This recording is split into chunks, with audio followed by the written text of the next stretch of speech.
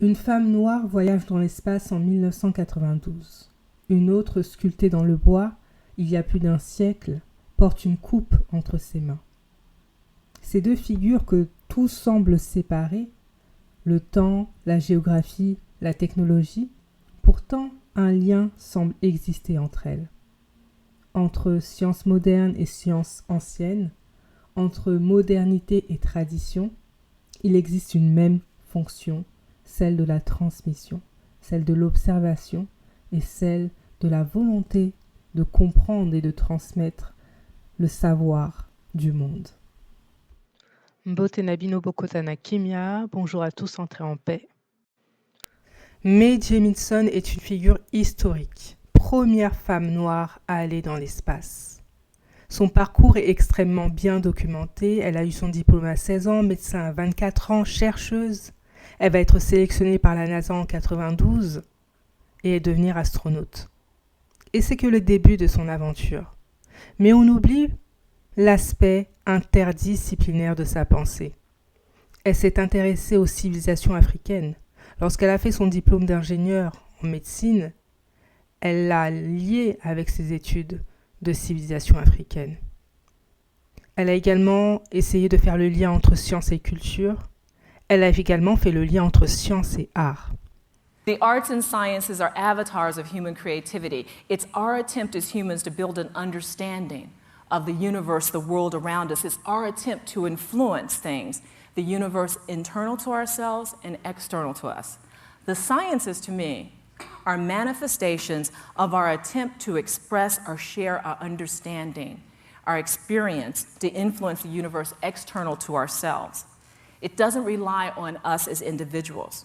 It's a universe as experienced by everyone. And the arts manifest our desire, our attempt to share or influence others through experiences that are peculiar to us as individuals. Let me say it again another way. Science provides an understanding of a universal experience, and arts provides a universal understanding of a personal experience. That's what we have to think about. That they're all part of us, they're all part of a continuum. Et c'est cette posture qui se rapproche de façon inattendue à une figure bien plus ancienne.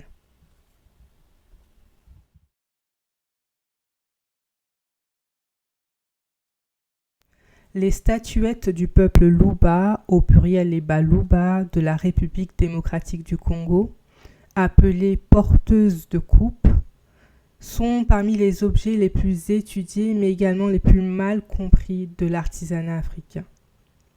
L'histoire dit qu'elles étaient utilisées dans des pratiques de divination. L'histoire dit qu'elles étaient liées également par l'introduction d'objets dans la coupe à la prise de décision. L'histoire dit qu'elles étaient liées à la lignée royale et souvent associées à des femmes détentrices de pouvoir.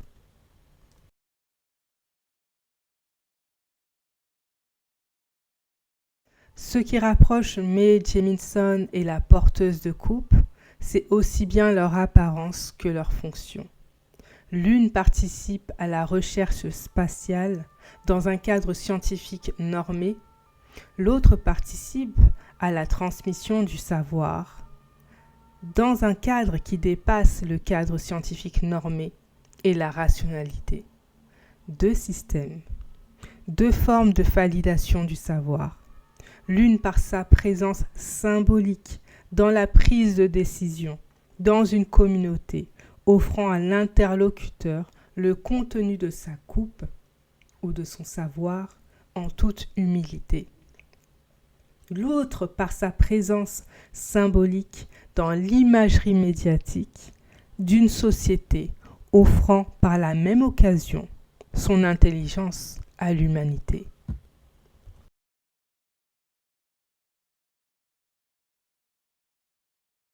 À première vue, l'histoire de Jemison semble être claire. Celle de la porteuse de coupe Luba ne l'est pas. Même les experts aujourd'hui ne s'accordent pas sur son origine précise, son rôle réel et le contenu de cette coupe. Pourquoi aujourd'hui ce type d'objet continue à être reproduit? Cette question reste ouverte. Mais je pense que derrière tout ça, C'est quand même là la fonction du mystère, garder la recherche vivante.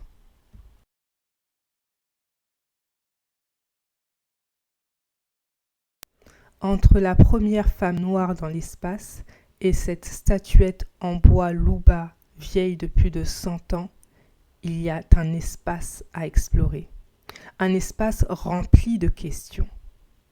Comment les femmes, à travers l'histoire, ont porté, protégé, transmis le savoir? Et surtout, combien de ces savoirs restent encore à comprendre?